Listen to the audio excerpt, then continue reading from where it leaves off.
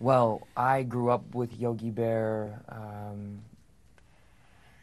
just like Dan did, you know, so that was, you know, when I was approached about the project, I immediately, I had all these flashbacks of watching Saturday morning cartoons and seeing Yogi Bear and imitating the voice of Yogi Bear and Boo Boo and so it seemed like just a fun time and it's got a great message for kids. So it's you feel like you're able to entertain and hopefully inspire a young mind at the same time.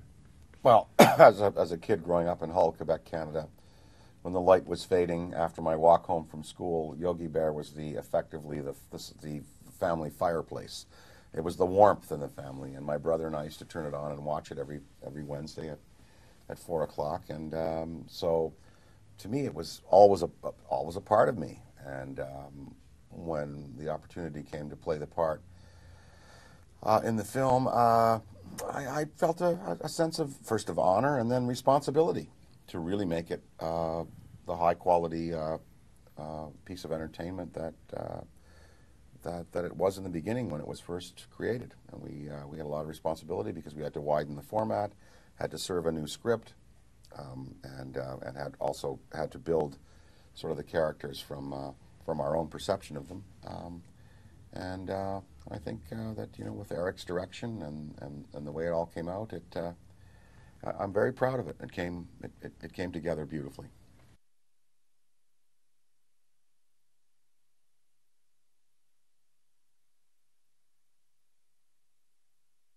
Sherlock Holmes and Dr. Watson, Abbott and Costello, Laurel and Hardy. You know, there's the hysteric, wild one in Laurel and Hardy, for instance. You know, the bombastic one, the one who's out front, and then there's the more, you know, recalcitrant, taciturn, calming influence, and that's definitely what Boo Boo supplies to Yogi. Is you know, if you know, he's Dr. Watson to my Holmes. Yeah, I think they're just a classic comic duo. Like Dan said, they're the juxtaposition of each other, and that's why they're so funny together. And you have one coming from one place and one coming from another place, just two completely different personalities, yet they're best friends. And you know, they're Batman and Robin, for instance. If Batman is absurdly hunting down picnic baskets, they are Batman and Robin. You can't have one without the other either. Yeah. You know, you couldn't have had the Blues Brothers if they weren't brothers, or Laurel and Hardy, or Abbott and Costello, or, you know, any of the great teams in comedy history. You know, Felix and Oscar and the Odd Couple. You know, Yogi and Boo Boo are just right up there in that pantheon of great comic duos.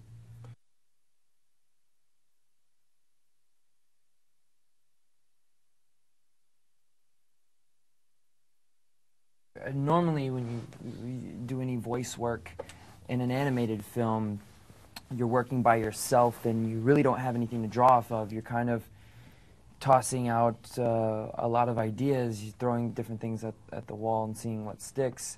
But it can be very isolating. And with this, they had already shot all the live action by the time we got in to do our work, and we actually, and much to the credit of the director, Eric, he put us together in the studio and we bantered back and forth in a lot of these scenes, and it made for a really good rhythm between the characters. We were able to really work off of each other the same way we would if we were doing a sketch on SNL together.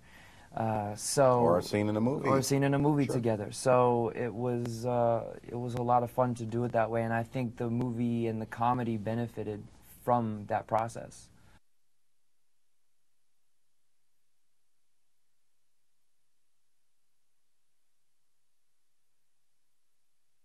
The eye expressions, the movement, the fur, the ripples in the muscles. The specificity of the animation is unbelievable. They're what, for want of a better term, real cartoon bears.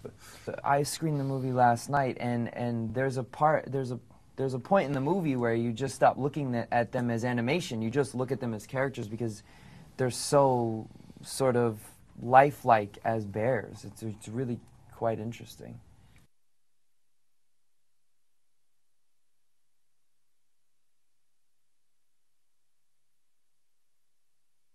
You know, Hanna-Barbera has a history of creating iconic animated characters, so you know, I think it's much to their credit. You know, they created these characters, and I think that's you know, their story is a story of friendship, and I think that's why it's a good relative for people to latch onto. And they translate well into other languages because, you know, the wants and needs of the characters are pretty simple.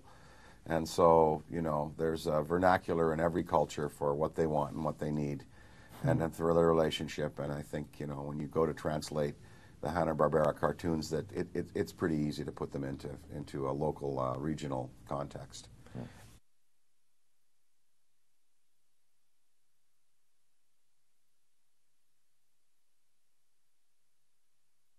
Definitely. Absolutely. I think it's, well, first of all, the parents that will be taking the kids to see the movie, the parents that will be taking And their grandparents. kids, yeah, and grandparents, they'll be taking their kids to see the movie, they grew up with these characters as well. So there's sort of a passing down, if you will, of these iconic characters, and you know, these kids are getting to really meet them for the first time and seeing them in 3D, and it's an exciting adventure for the kids to go through the wilderness with these two. I think it'd make for a good ride, a good 3D ride.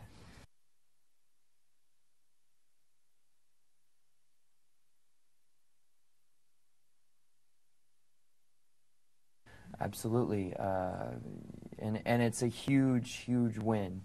I think for Warner Brothers and the movie, that, you know, in the age of technology, why not use a little bit of technology to speak to young people about the importance of our parks, because once they're gone forever. And you know, there's a line in there about the trees being cut down, and he says they'll grow back, and he says, yeah, but not for another 200 years. And then when you hear that, when a young mind hears that, that's a long time. You know, so I think it makes a lasting impression. Mm-hmm. Yeah. Well, I maintain that, you know, we are in a generation with technology taking over, and that kids would do very well with their families to put the laptops and the computers and the Blackberries and phones up for at least 3 or 4 days every month and just go away and get out into nature. And I hope maybe the movie inspires people to do that.